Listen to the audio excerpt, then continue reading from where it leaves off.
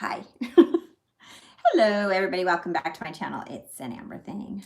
I am Amber, and it is just about 2 o'clock. Let's see if 10 minutes ago my video went up. I was waiting like literally all morning to upload this. Well, I wasn't waiting all morning to upload it, but it was taking all morning to upload it. Let me see. I tried to take off that monetization. And I'm sideways, so that's not cool. Let's see. Now I'm upside down. Okay. I guess I'm having difficulties this morning. I wonder why it did that. Usually, wait, hold on. Oh, I guess I can figure it out later. Usually, like, you can rotate. But anyways, I just wanted to say hi. Happy New Year. I think this is my first video that I've actually been on live since 2020 began. So Happy New Year to everybody. And I just wanted to like kind of commentate a little bit on the video that I just threw up because it was really like, I was a little bit nerve-wracked. So I know that like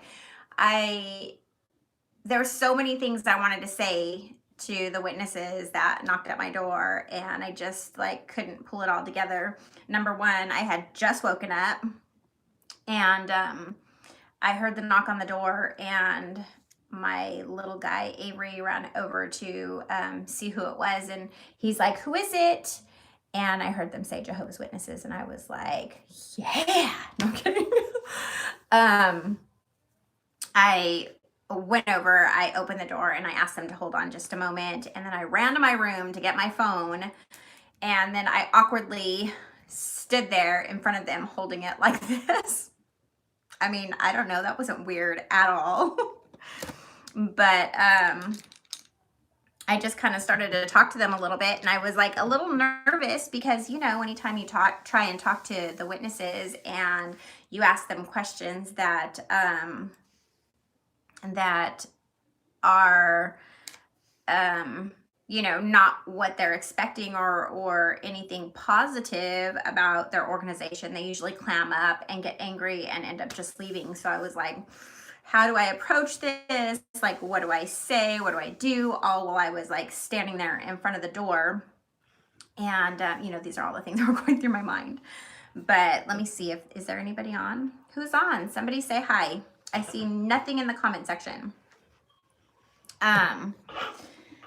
So did you put the clothes in the dryer? Not yet. Please go do that. I really need your help because we have to leave pretty soon and our clothes need to get dry. Are you on a video? Yeah. Okay. Okay, thank you. Hi. Okay. So, so I had I mean, it was a pleasant conversation. It wasn't a horrible conversation. The sister that came to the door was really kind. I started to ask some questions because she had started out asking a question, and it should probably be on the video, I'm thinking. Anyway, she's asking a question about, you know, like, we're at a time where there's a lot going on in the world, and you know, like basically it was the normal stuff that we would go to the door and say to people, as far as, you know, trying to get them to see that we're living in a dark time and the Bible offers something amazing. But before she could turn to any scriptures, I did ask her about all of the pedophilia that's going on in the organization. And she answered. I mean, she regurgitated what we are told, or what we used to be told all the time from the stage. So it was nothing new, nothing different than anything you or I have ever experienced in the past. Nothing new or anything different than what we would have probably said had we been the ones at the door, when we were the ones at the door.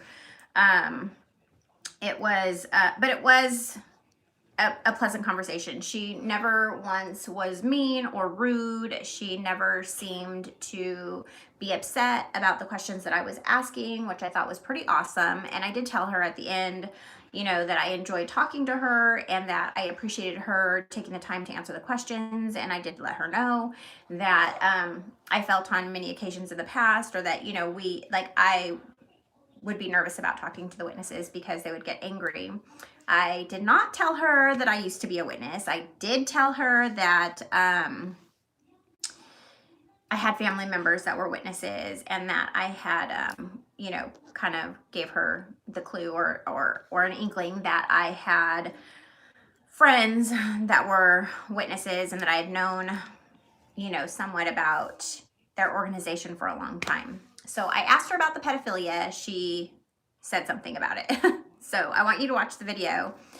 Then I did ask her about all the fear that they instill in children, and she answered. I did ask her about shunning, and she did answer. I did ask her, I talked to her a little bit about the Bible. She had asked me if I read the Bible, and I kind of, danced around that and just told her I really kind of shy away from the Bible at this point in my life, that I feel like over a period of time that there's been so many changes in the Bible that I just don't feel like it's completely reliable, that there are truths to be found in it, but as a whole that there's, that I personally don't look to the Bible for direction. And she seemed, she was very kind still.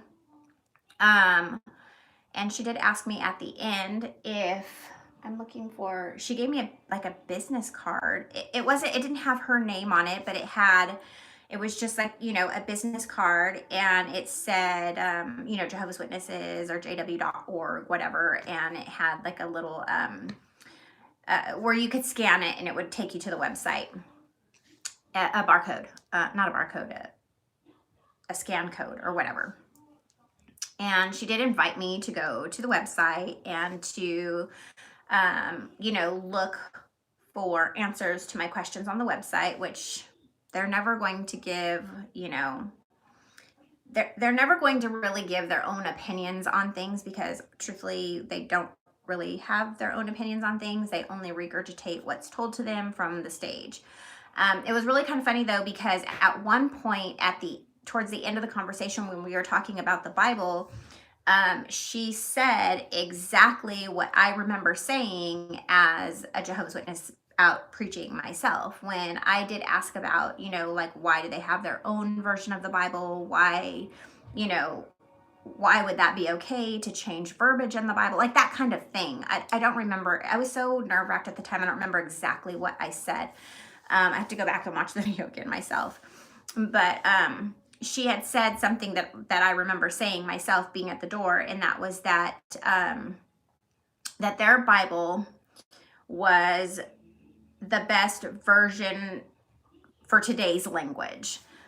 So she pointed out the fact that the King James Bible is a lot of these and thous, and it's just not today's language. It's not modern. It's very old school. So in order for people to understand the Bible these days, it was really important for the Bible to be translated into a modern language, which I remember, and I told her, I said, I did attend a meeting one time or a couple of times, and I remember somebody from the stage saying that very exact same thing. So I totally understand that that's what they tell you, and, basically that's why you're saying it. And she didn't, it was really kind of neat because she did not seem surprised by anything that I threw out at her. She did seem to know somewhat about the pedophilia going on. She did seem to know, we talked a little bit about being shunned. She told me that she was, disfellowshipped in the past. And I asked her about that because, obviously you guys know that I don't really have a relationship with my family anymore because of being shunned or being disfellowshipped. So I had asked her about that. And she did have there was another sister at the door, which did not say a single word. She was quiet the entire time. And I would engage both of them with my eyes. I would look at one of them when I was talking to her. I'd look at the other one to kind of see what the response would be, to see the body language, to kind of see, just where they were at, with what I was saying. The one sister didn't say anything at all. However, she did. Can you do me a favor, please? Can you go and see if the clothes made it from the washer to the dryer? And if they did, could you make sure it's turned on, because we need to get ready soon. Thank you. When we were talking about being shunned, she had shared that she was disfellowshipped at one point, and that her family did not speak to her. And I told her that she was lucky. I was like, you're pretty lucky, because I know a lot of people who, and of course I'm talking about myself, but a lot of people who are not that fortunate, who are never allowed to have friends outside of the organization. And then for whatever reason, either a choice of their own not to be a part of the organization anymore, or they have been disfellowshipped for some reason, find themselves on the outside of the organization, having no one, no family, no friends, nothing, and end up having a really tough time, and many who commit suicide. She didn't seem shocked by that whatsoever. However, she did share, like I said, that she didn't have that experience when she was disfellowshipped. So I don't think she fully understands the extent of some of the sadness that goes along with being shunned, even though she has been shunned in the past. And I think this is something that's very commonplace. I think that there are quite a few families that don't honor the shunning process when it comes to, their close family members. And so those people don't, exactly know what it's like to be this kind of ex Jehovah's Witness that doesn't really have contact. Thank you, my love. Contact with their, with their families and things like that. So a little disconnect there as far as the understanding was concerned, but still she answered the question, and, to the best of her own ability. It was a neat conversation. It's kind of a neat conversation, even though it was like totally on the fly. And I really wanted to say so much more, but didn't kind of know how to like fit it in. I was like kind of nervous, because I knew what I was doing as far as like trying to give her truths, see how she would take them. And I don't know. Let me look down here and see. It looks like people are finally starting to say hello. Hey, Linda James, how are you? Let's see. Isn't it? It is. It's really strange to hear somebody else say the things that we know was a part of our training. I wish, well, she asked me at the end if she could come back and visit me. And I had like really like this mental war in my head, because I was like, yeah, I want to talk to you more. Because one, she was so kind, and I feel like two, being that she was disfellowshipped, maybe there are some truths that I could share with her that maybe might, wake her up. I don't know if it'll end up being a complete waste of time, if it'll end up being something to where I end up being adversely affected because of it. I've just noticed that,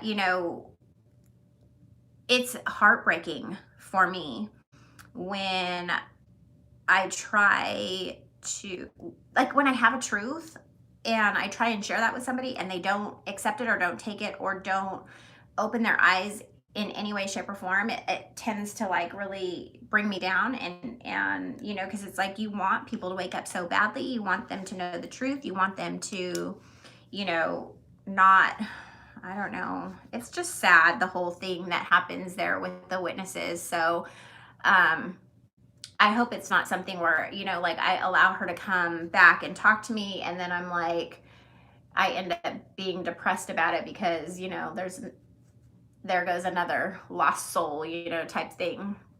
But I'm going to try, we'll see what happens. I don't know, I just kind of wanted to jump on and share that with you guys. just give the video, the video that you guys are about to see, if you choose to watch it, a little bit of kind of background on it. I tried to bring up the law. I think I don't know if it's SB or SP or the one about the molestation where they're trying to, like, you know, get people to look at it, or trying to get the court system to allow, you know, there to be some kind of, man, I'm at a loss today.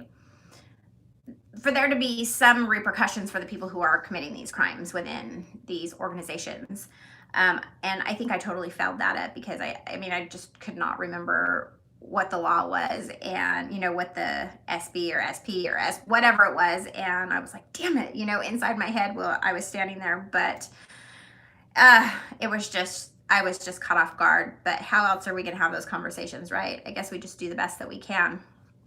So anyways, I'm going to let you go. Oh, yeah, SB 360. 360. It seems like I should remember that. I should remember. I think I even said SP or something. I don't know.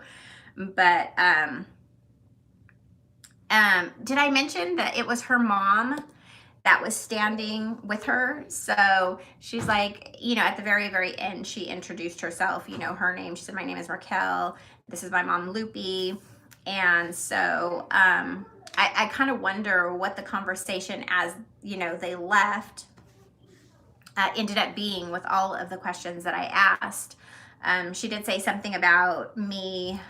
She could tell that I research a lot on the internet. So I don't know, you know, if that was like a not good thing to her, or how she felt about it, or I wonder if she does, you know, internet research on her own, or what. But hopefully the next time I get a chance to talk to her, I can, I'll be more prepared, you know, to ask some questions that will make her use her critical thinking skills.